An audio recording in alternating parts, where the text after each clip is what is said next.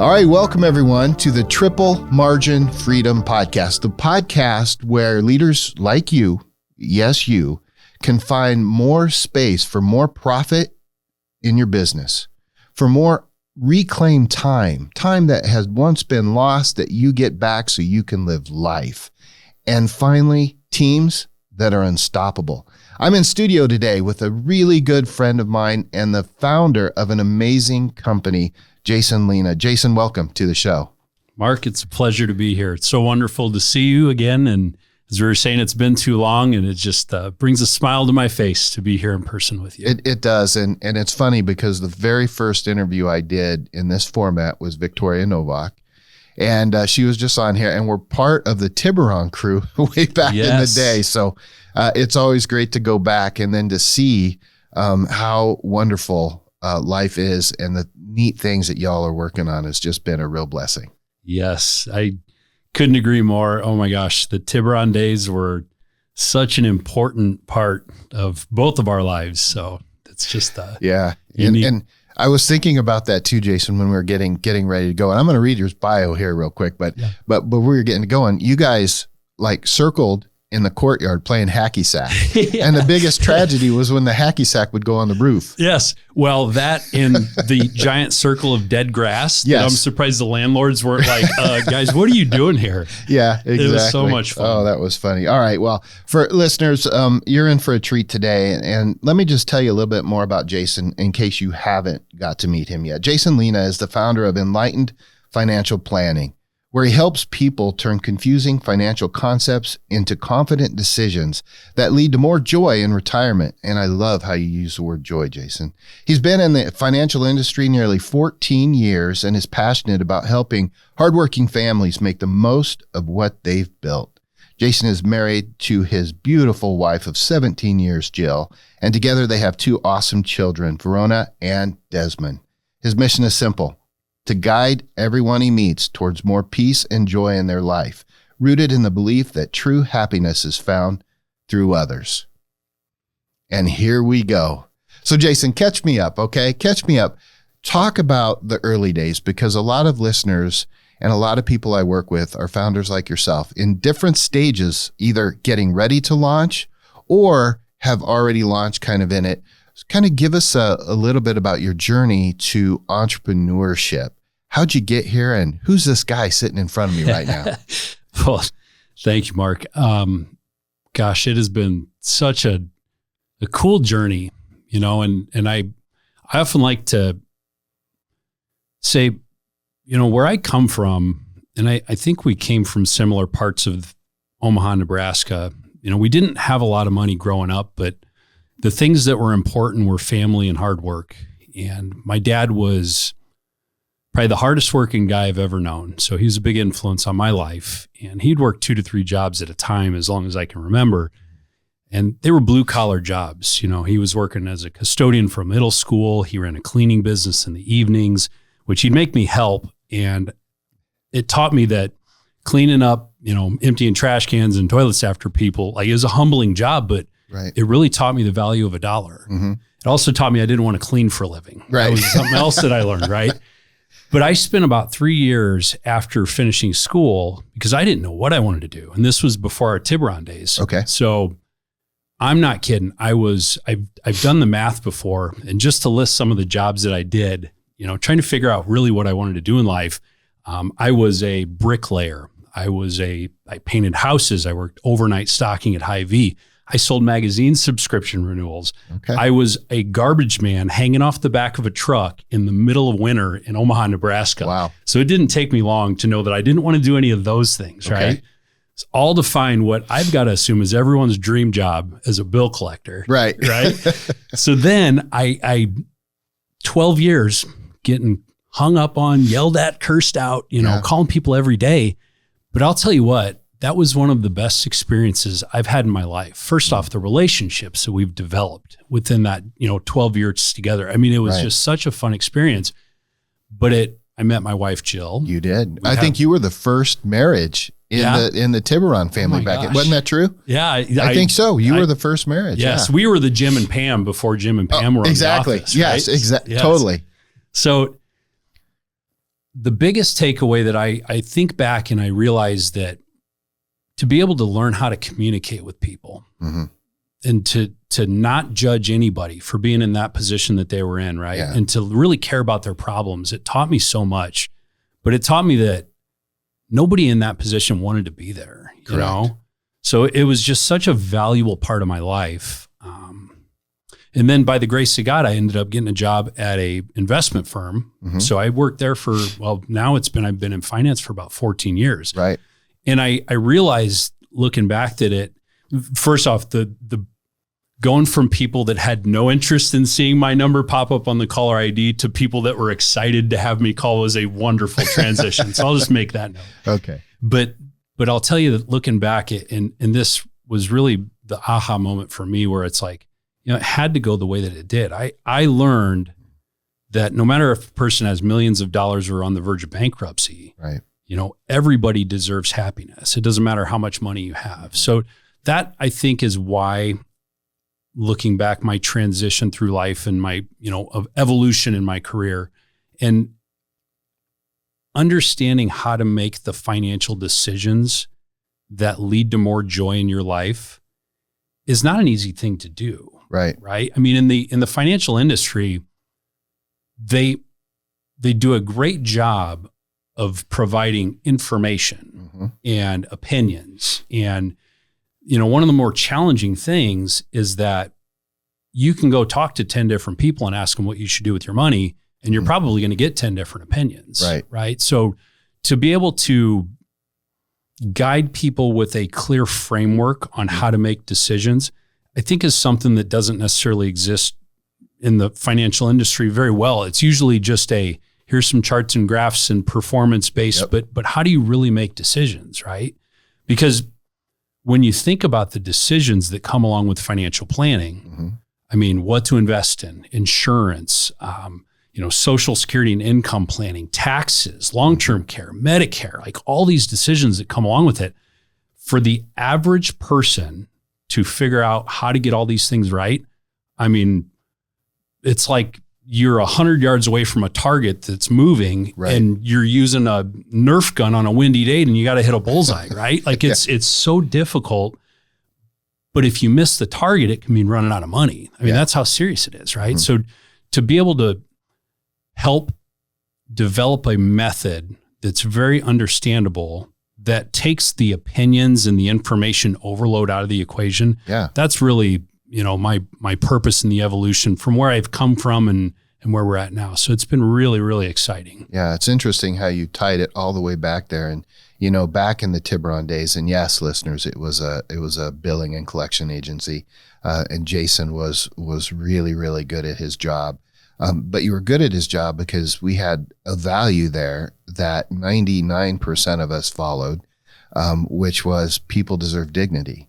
And no matter what that situation is, and a lot of what I get into in terms of coaching, when I'm talking about more profit, and I focus on profit now and do some business acceleration work and helping entrepreneurs understand not just how to client acquisition, which is always a big deal, but it's like, how do you create margin? And, you know, at least in my experience, the hard part isn't becoming rich.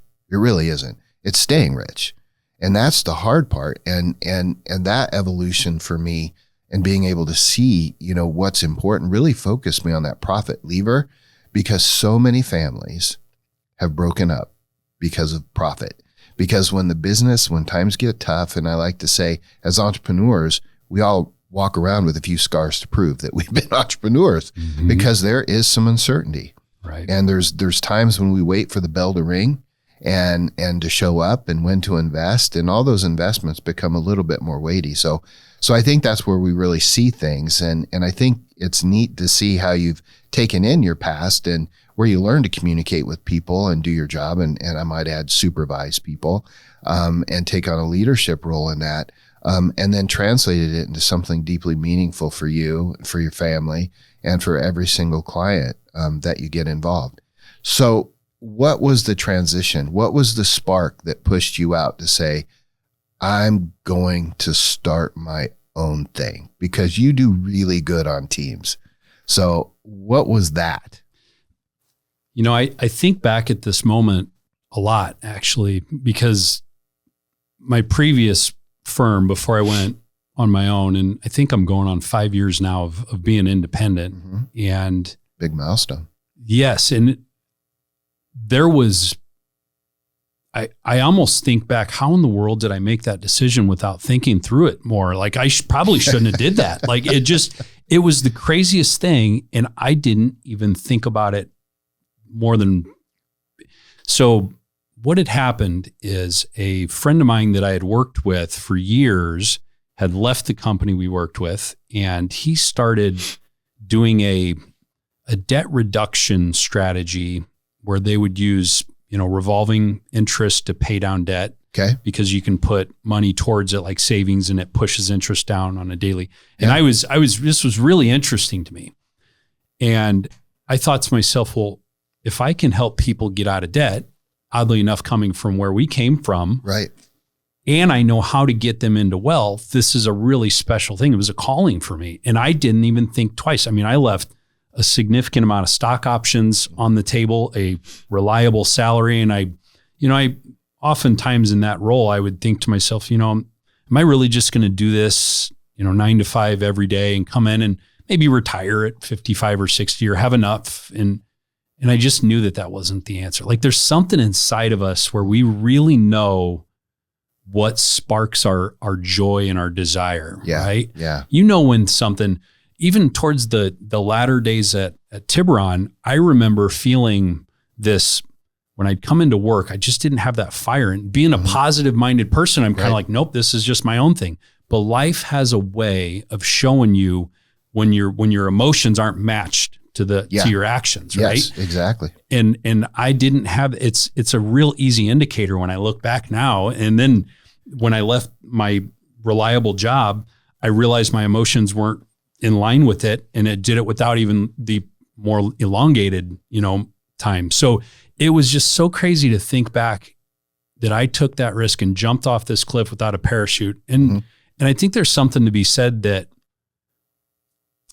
I mean, this isn't a recommendation, but I'll tell you what, if there's a spark inside of you that is searching for something more, that's a lamppost towards a life that you are going to be so happy with, especially if it makes you joyful when you think about it, because that's how I think really gives us our which way should I go? What decision should I make? And is that going to give me joy? Yeah. And it's not how I was brought up where, you take this job because of a salary and you never leave that, and that's how the older generations were like, well, you just look at this metric, but we're evolving into a whole new world where I think joy should be a much better indicator of what it is, where we should go in life.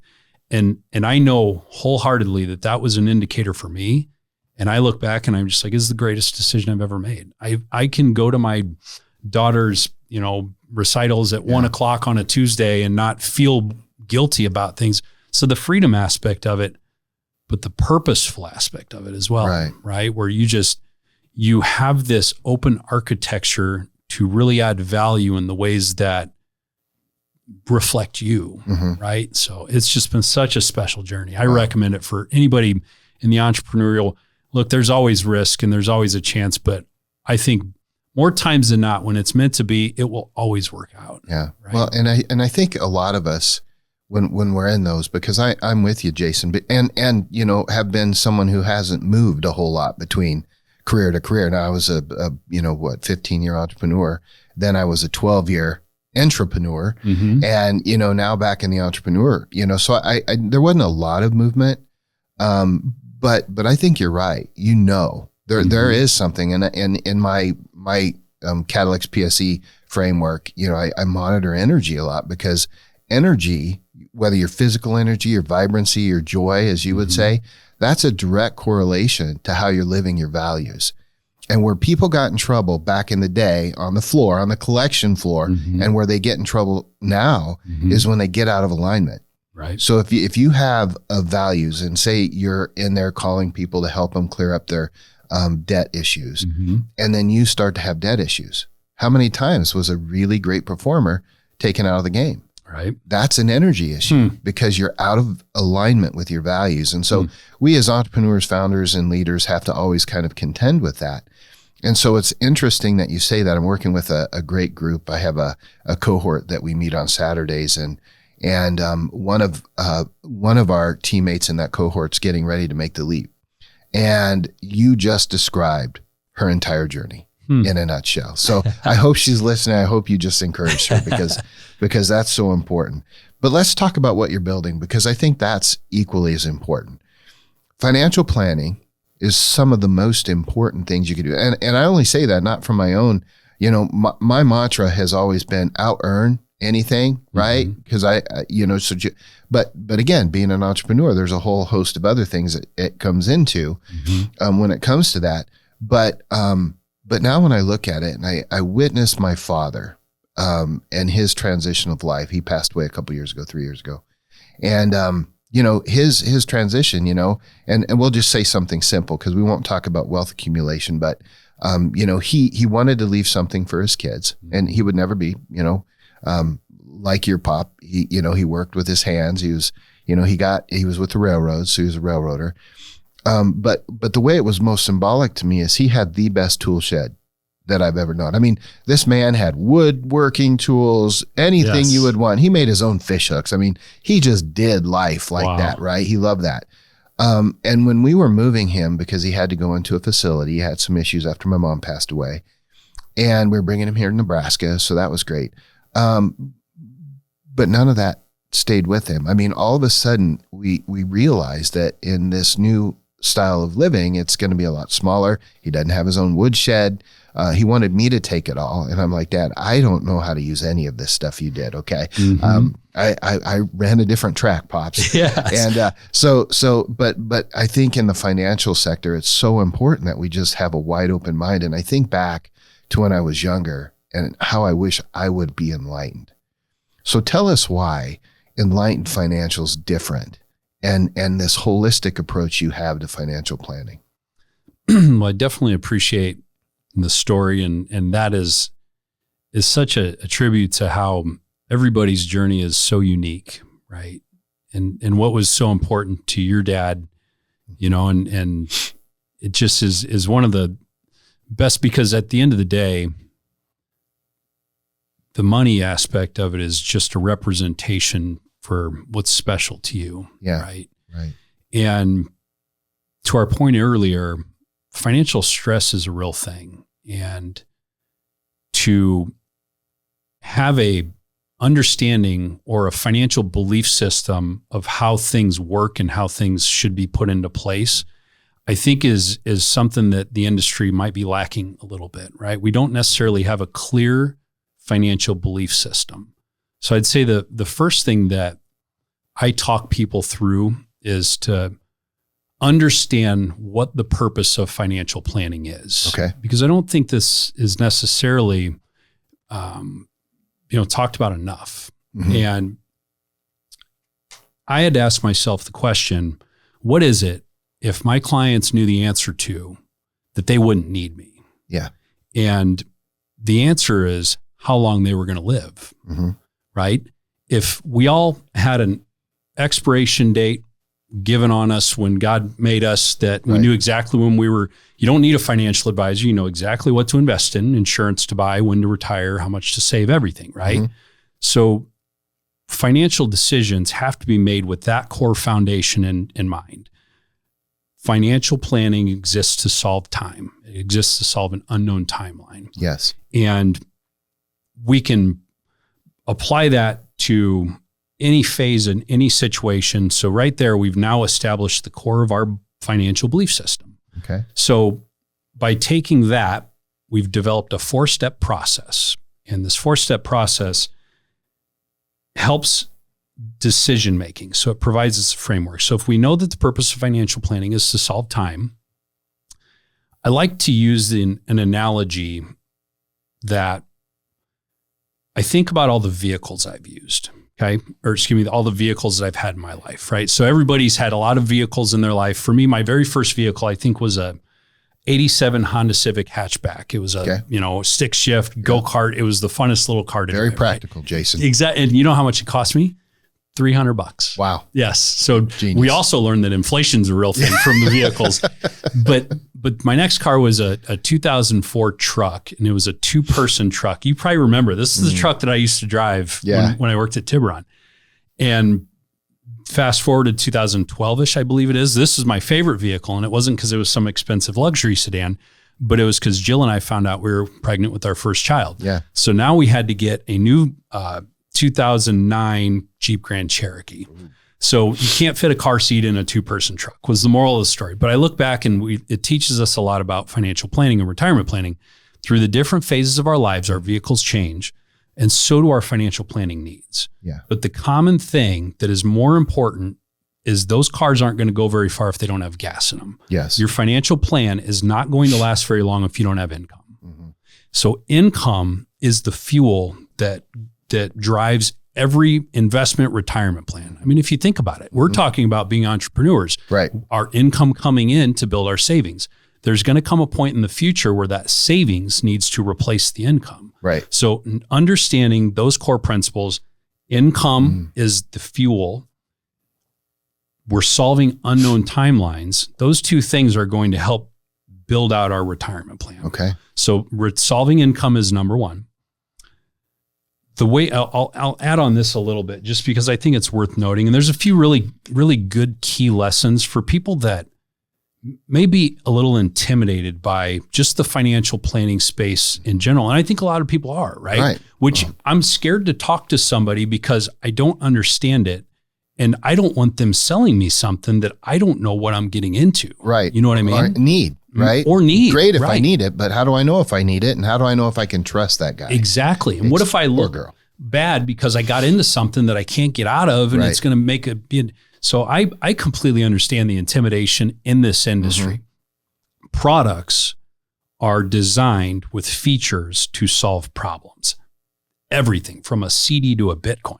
Right. So everything, unfortunately, it's not when people have conviction in their selling, but they use the product in the wrong way. It's like using a screwdriver to hammer in a nail. Right. And the person being, buying the product, they don't know how to assess that. So it's a really challenging thing. So with this process, it simplifies. It takes all products out of it. Products are irrelevant in the discussion because you know that you need income. Now you just got to figure out what income types you need. There's really only 2 types of income that you're solving for.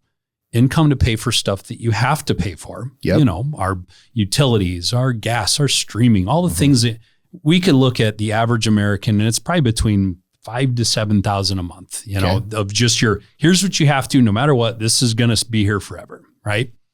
And then there's what about the income for the things I want to spend for, the big vacations, the whatever it may be. So I like to categorize those into 2 different, parts. And when you look at your have-tos, those need to be covered by some kind of guaranteed income. Okay. Whether it's Social Security, a pension, job income, real estate, whatever it is, because nobody wants to worry about how they're going to pay their bills in retirement. Right. There's studies that show this. It's people who have their needs covered by guaranteed income, they're happier, they're healthier, they spend more comfortably. Mm-hmm. If somebody is completely reliant on watching an account balance for everything they do in their life, I mean, the industry's done a poor job at teaching people about retirement planning, what it really means, right? They focus on an account balance. What's your number? Oh, it's 2 million. You can retire. Mm-hmm. I have a story, if you wouldn't mind, I'll share it. Please do. So there's a couple clients of mine, and I got to hold back because I might get them. It's tough to tell the story without being affected emotionally because it's really a lot of people that experience this. So they come into my office and, we have some small talk. We get to know each other a little bit. They've got some kids. For privacy, I'll call them John and Mary. So after the small talk, they really get into what brought them in. Yeah. Okay. And they had just gotten back from a cruise, and this was a really momentous cruise for them. They'd just recently retired. John was, to put it kindly, frugal. Okay. So, but he'll do anything for Mary. He loves her with all his heart, So anyways, this expensive cruise, they had recently gotten back. And if you remember, it was around March of 2020, I think, is when they went. Okay. And what was going on at that time was when the United Kingdom decided to leave the European Union. Mm-hmm. The stock market didn't react favorably. They don't like uncertainty. I mean, it dropped anywhere from 20 to 30%. The point of the story is I'll never forget how Mary looked over at John and said, "You ruined our vacation. You were looking at your phone and checking the account balances the whole time." And to think about people that have worked hard their whole lives and to have it completely impacted, they weren't going to run out of money. That wasn't the point of the story. But to see your account balances go down 20%, that's enough to weigh on anybody, right? And if he would have known that there's a better way to structure things, that he wouldn't have to worry about that. Why should he be worrying about the European Union and, Brexit going in his best years of his life? So that's a huge part of why I'm so passionate about what I do. Makes good sense. And kind of going back to, okay, so that's the world that a lot of retirees are being trained to think that they need to worry about. Like, oh, I have this account number, right? And they're just looking at these account balances. Every time it goes up and down, whether it's tariffs or tweets or anything, there's always something going on. It's a really challenging world for a lot of people to experience when they really don't need to experience it like that. So now when you can simplify it and say, well, first thing you do is you look at your income. What is it that you have to pay for? What is it you want to pay for? And if you break it down into, let's say, monthly and annual, the monthly can be covered by guaranteed income because that just makes sense. And you can solve that. If there's a gap, there's ways to solve that. But your annual expenses, this is where your investment assets come into play. Now, what most people don't realize is your investment assets work a lot like real estate. So if you start to think of your shares as though they're little pieces of real estate. Every share is just a little rental property. Okay. And what I don't think is explained very often is that every share you own actually generates income. It pays you to own it through. So if you look at the average mutual fund inside of a retirement account, there's 3 ways that cash flow is generated from these shares. Dividends from the companies they own. There's interest and income from the bonds inside the funds. And then when things are bought and sold, there's capital gains that are generated that works like a dividend. So there's 3 ways that cash flow is generated from a share that somebody owns.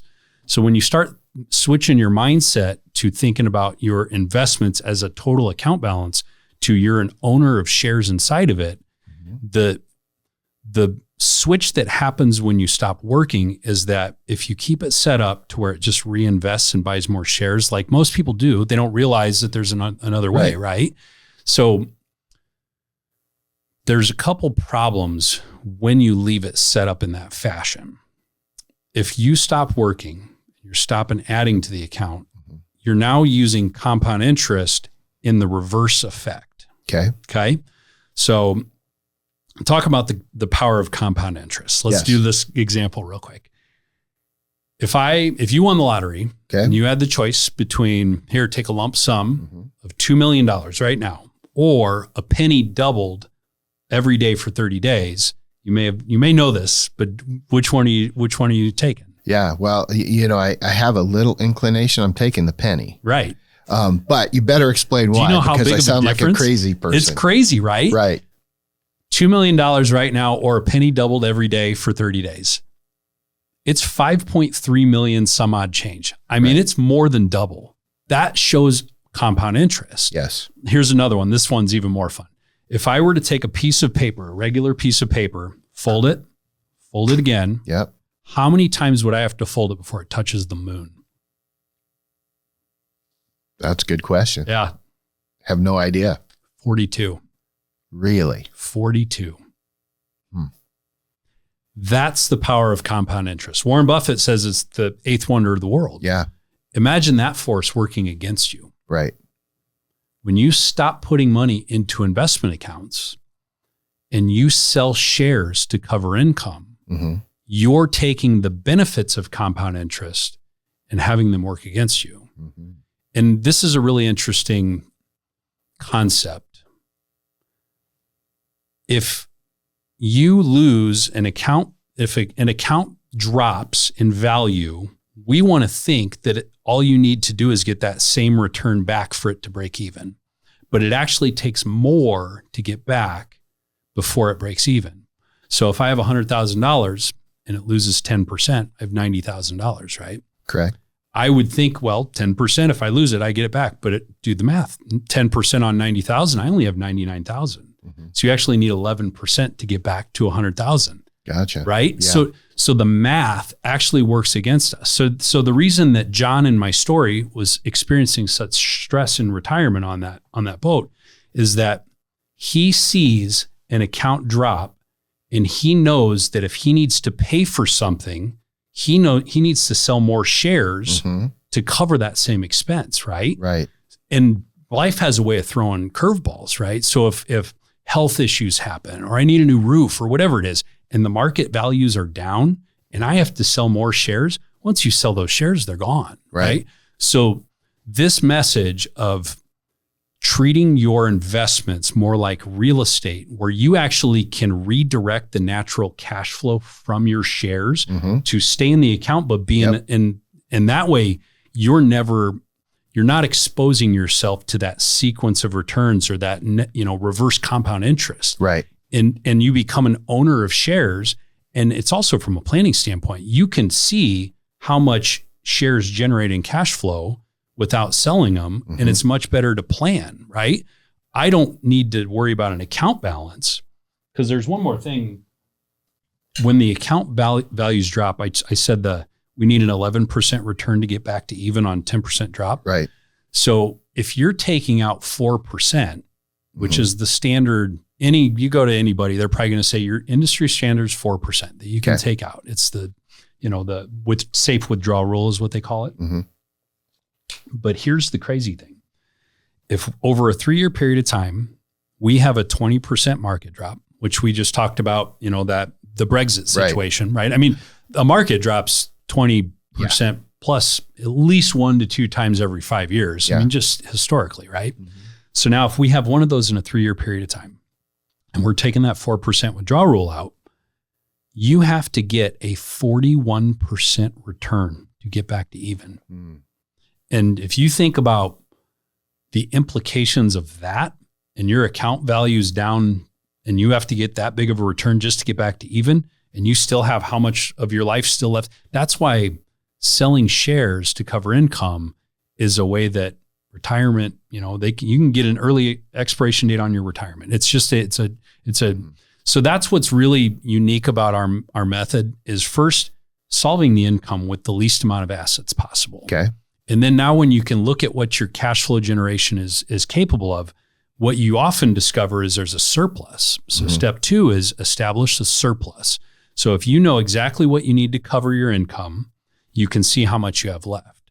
This is where planning becomes fun, because everybody has different things that are important to them, right? If there's an excess surplus, well, maybe there's charitable endeavors that you didn't realize that you could, use some of the surplus to give more. Right. And that's one of the funnest things. But a couple of the really important ones are long-term care coverage is a really important thing for people. And statistically, a large percentage of us are going to have the need for long-term care at some point in the future. The last thing anybody wants to do is be a burden on their family. Right. Right. So allocating a surplus or a portion of it intentionally towards some type of product that is designed to cover long-term care. Right. Now I'm not holding this product is bad because this one has a greater growth return. Right. It's you get to decide what you want, because the second option, so usually it's either de-risk and you can use, like the long-term care products or whatever it is. Right. You can invest to grow, because growing your money, using your surplus to grow, to keep up with inflation, that's a critical thing too.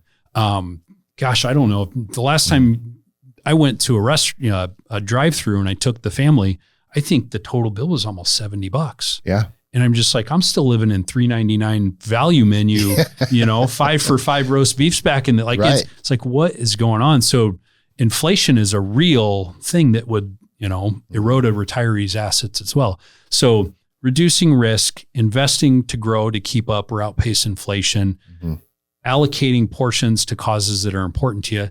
And if, people just want to transition whatever they don't spend to the people they love, that's also great too. Right. Which actually the third step, right? So it's pretty simple. It's find out what you need so you don't run out of money, and do it in a way where it's never going to stop, even if you live, a very long time.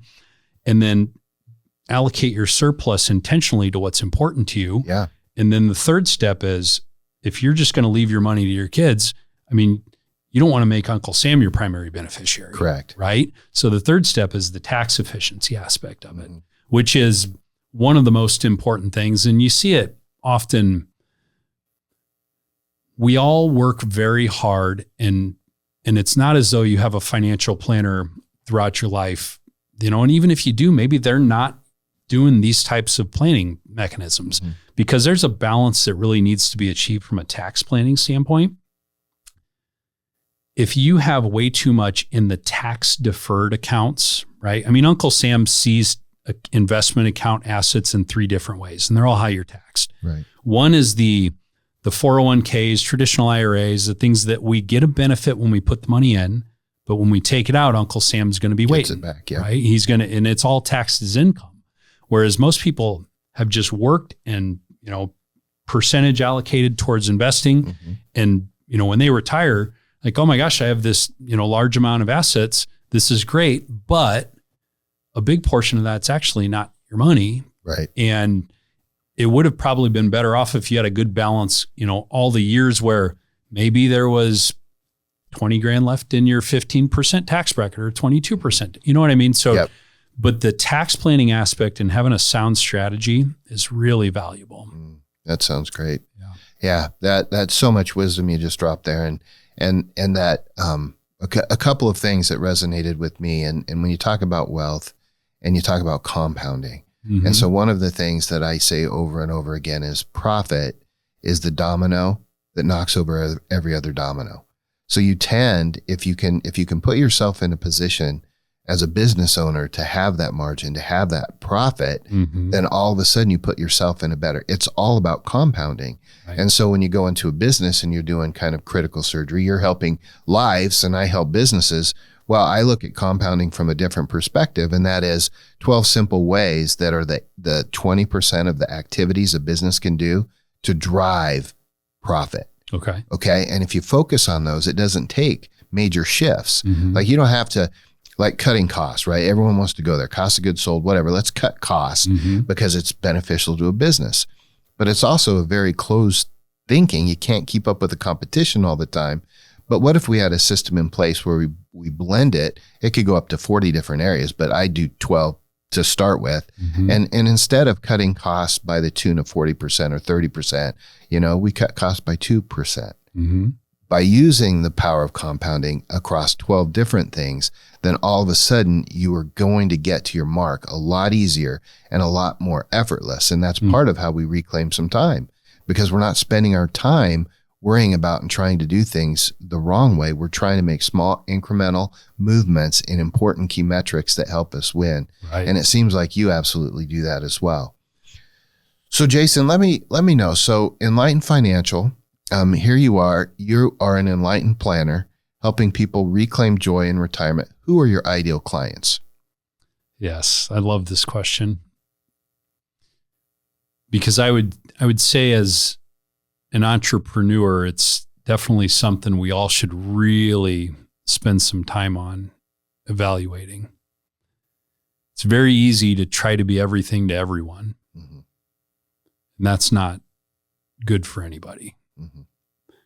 So there's a method that I've used where you look at your top 7 clients, and you really break down the traits all the way to how many kids do they have? Where do they like to travel? Do they not like to travel? Do they like golf? Like all these things because the interesting concept is when you look at your top 7, it's almost like you looking at yourself in the future or looking who you want to be. Right. Yeah.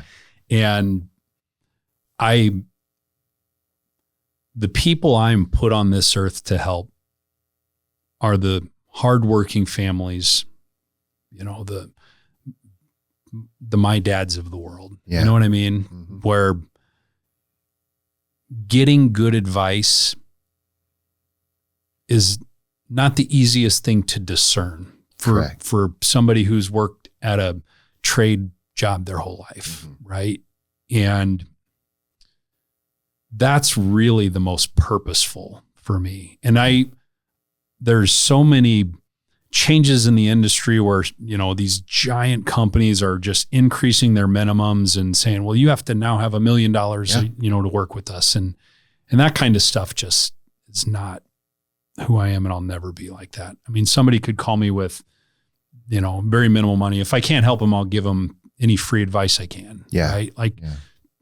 I do believe there's something inside of me that feels very purposeful to help the people that don't have access to the same things that, maybe the more elite have access to. Yeah. That's my goal, is to just keep the balance and make it more fair and provide exceptional planning, because the people who don't have as much money need quality planning more than the people that ultra wealthy people can afford bad advisors. Right.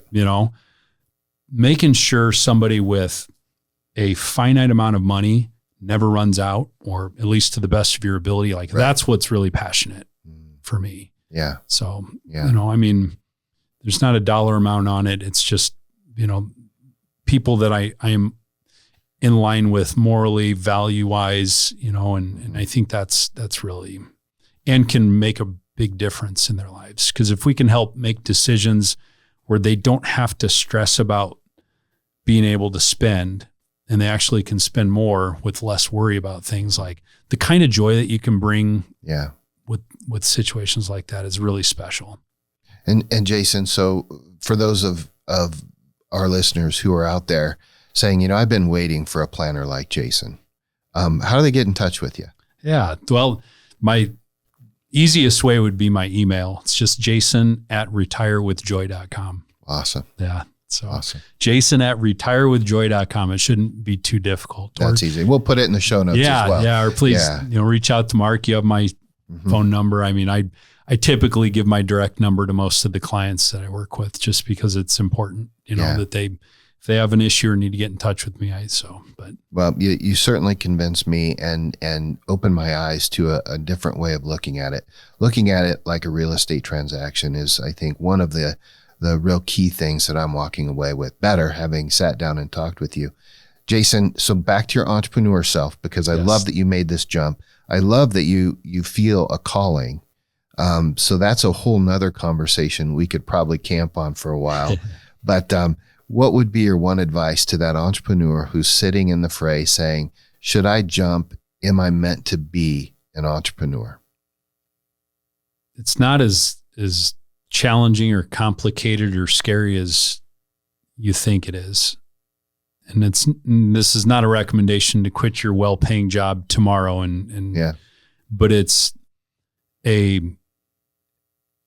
recognition that little spark of, I would love to do this, that is way more important than you're giving credit for.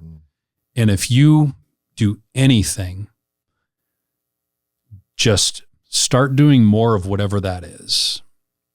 Yeah. Whether it's, I have another client example that had mentioned that she would love to open a pottery store, and she has a very reliable job in another. And I know that, to take that leap and it'll never happen. That's just a pipe dream. Right. And I just want to be like, no, there's something more there, because if you brought it up and you're passionate about something like that, it doesn't mean that you have to quit your job, but I promise you there is a fulfillment within that path, because there's a reason that it's in there. There's a reason that it's, so whatever that spark of joy or that hobby or that passion, if it's been suppressed because you felt like you've had to sacrifice and for financial, whatever it is, stop that and go back to it. And just do it in small capacities and just watch everything else start to net. Because when you're on the flow of life and in your path, everything starts coming to you. Yeah. It is just, and that's, you want proof that there's something bigger than us at hand. Just do what you love and watch everything else start falling into place. That's beautiful, Jason. I always say the universe conspires to put you in the place of greatest potential if you follow